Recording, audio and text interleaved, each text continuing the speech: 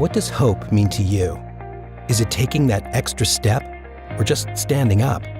Is it running that extra mile or just walking down the stairs? Everyone defines hope differently, but at Surgenics, we want you to ask for more.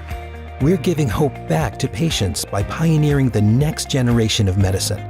Leveraging unprecedented quality, safety, and value, our products represent our vision that treatment can be different, that it can rekindle hope. Every member of our staff is dedicated to the vision that hope can be more than a dream for tomorrow, but with passion and commitment, can be something we can pioneer today. Welcome to Surgenics, where hope isn't a concept, it's a reality.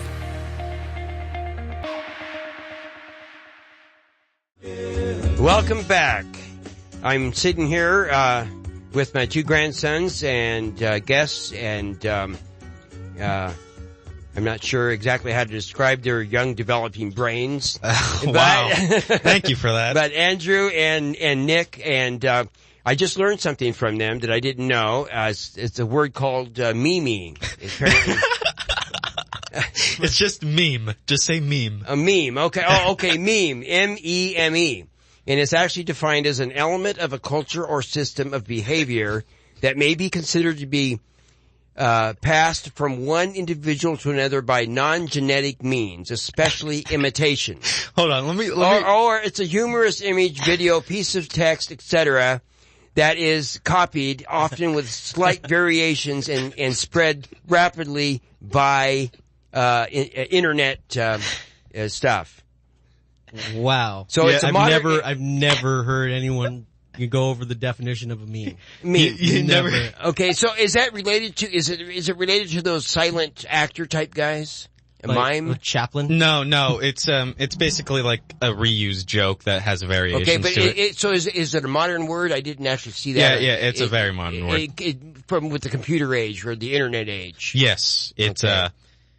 Some would say it came from the bowels of the internet to create more and more. The bowels of the internet. Bowels. There's an area called kind of like for a visceral reaction, right? Yeah, there's an area called 4chan that we don't talk about. So that's Really? yeah.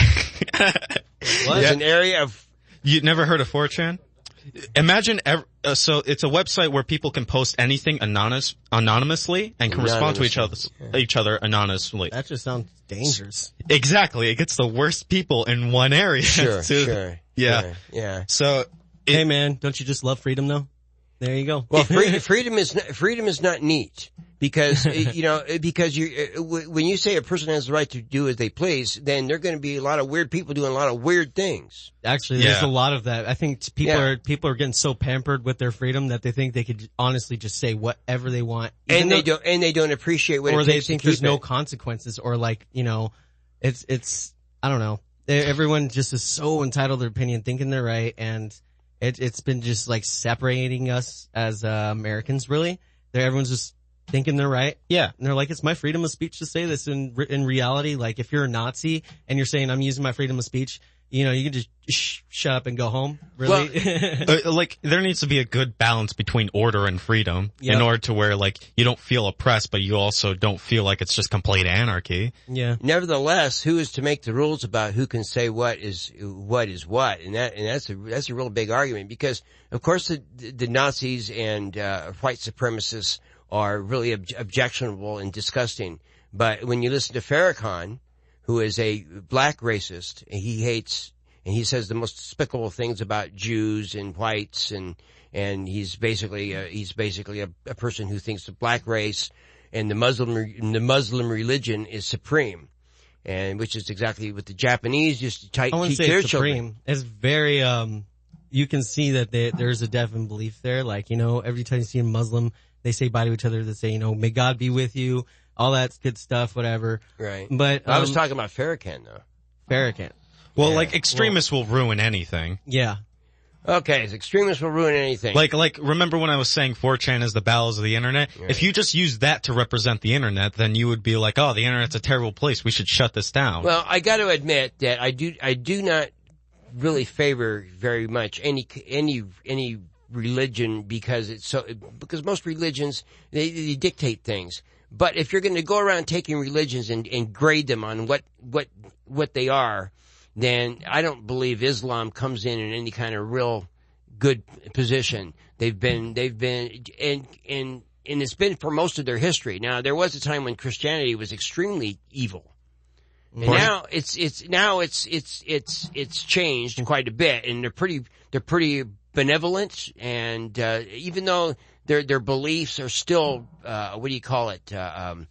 they believe in that they have the only way and everybody else is going to hell. Yeah, right. But they don't believe in conquering the world and forcing people to believe anymore. Well, they used to believe that. It was like, I think it ended with the Portuguese Empire in like 1990 after they finally collapsed. But they used to, what was it? 1990? 1990, yeah. Portuguese, they used to convert people, and the ways they would do that is they would boil people in oil. Ladies and gentlemen. Oh, yeah. On the internet and on the radio, if you're listening, I just learned something, and we don't have time to explore it, but we're going to get to it next week maybe. The Portuguese Empire and its demise as of 1990. Which seems, first of all, I didn't know the Portuguese Empire was actually lasted until 1990, and then second of all, I didn't know that it had collapsed in 1990. And so, what was the symptom of the collapse? I don't know the exact symptom of the collapse, but I'm assuming it's just like considering it was 1990, I'm assuming imperialism wasn't beneficial in any way. So would they lose their last colony? Is that what you're saying? Yeah, probably something like that. It's like how Great Britain. What do you mean, probably something like that? Now, you brought something up like that. You've been studying some kind of history or something? Well, I've been just learning about different like worst empires. He's been reading, and that's the most important thing a person can do. He's been reading. Now, whether or not he understood what he read, we're going to find out. So I was watching and I was learning about the worst empires that ever came about, and the worst one was Great Britain.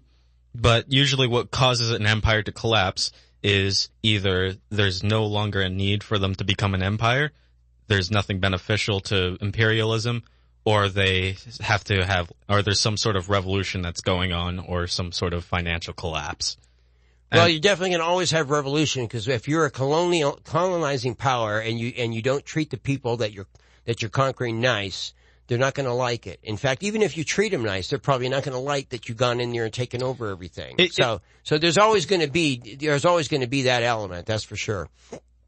So, we're going to explore this next week. Yeah, because, history is one of the most important things that you can learn. And reading the different versions of history is extremely important, because once again, words are used to advance a certain argument. Whether or not that argument is justified is not the point. They're going to use the words to advance an argument. And I'm going to give you guys a word that I've been telling everybody on the air, because we're coming up to the last few minutes again. Is it meme? This hour, as usual, goes so fast, but it's been real enjoyable, because I'm getting your guys' opinion on things, and I did learn something. I did learn the meme, and now there was a time when the word ghetto meant an actual fenced-off area where people were not allowed to come and go freely. Mm-hmm. Now the word ghetto is used all the time to mean a slum. And implied in that is that somehow the people in that slum, meaning the slum, in particular in America, in other countries that may actually be true, but in America, it's not true. There is absolutely nothing that keeps a resident of the slum, from moving out of that slum and changing his life. In other countries, maybe there's a lot of barriers. But in this country, the only barrier is the person's will to do it. Because there's, sure, you might have to, you can't just break out and go live in Beverly Hills, but you don't have to live in East LA or wherever it is that the slums are. Because they are not, in fact, ghettos. And yet they are referred to as ghettos continuously. And the professors like to pontificate, well, they're social ghettos. They're cultural ghettos. There's a fence around it. You just can't see the fence. It's a cultural fence.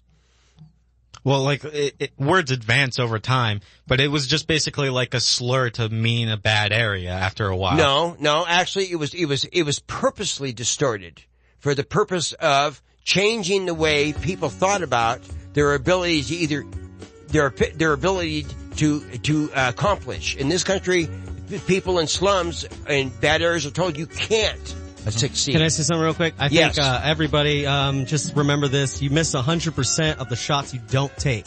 Okay? And just be... That is absolutely true. You miss 100% of the shots you don't take. That's And be the absolutely best true. you can be. And love everybody. That's all I gotta The say. fruit is hanging Quoted by low on the Michael tree of Scott. opportunity. The fruit is hanging low on the tree of opportunity in this country. I don't know about the rest of the world, but in this country, no one's got an excuse for anything except get out there and do it. So, once again, folks, we've come Except to if the end you're of our hour. quadriplegic. What's this, Machu Picchu? I said it, except if you're quadriplegic. 'Cause you can't- Quadriplegic. You can't just really do anything at all. You know what? We'll see you guys next week with these crazy guys. Thank you so much for listening. Read, write, and arithmetic? The information and opinions you hear.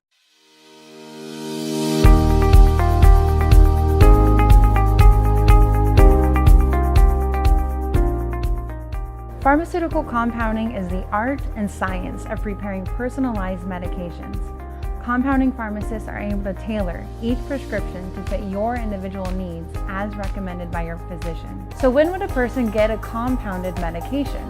Well, there are many reasons, but one could be is if a person was on a medication that was previously manufactured but is no longer available. In that case, we can order the raw active ingredient and make that medication right here in our state-of-the-art lab. Another possibility would be if a patient had an allergy or intolerance to any of the fillers and dyes within the manufactured drug. We can make that medication without those ingredients. Or perhaps a drug is particularly bitter. We have flavors and sweeteners that any child, adult, or animal will enjoy. Here at Community Clinical Pharmacy, we realize medication is not one size fits all. We offer competitive cash prices, accept most major insurances, and can deliver the medication right to your door. Our compounding pharmacists have over 100 years experience, and we have the knowledge and resources required to make clinical recommendations to you and to your physician. If you have any questions, please feel free to give us a call at 480-969-0600 or visit us at our website, communityclinicalrx.com.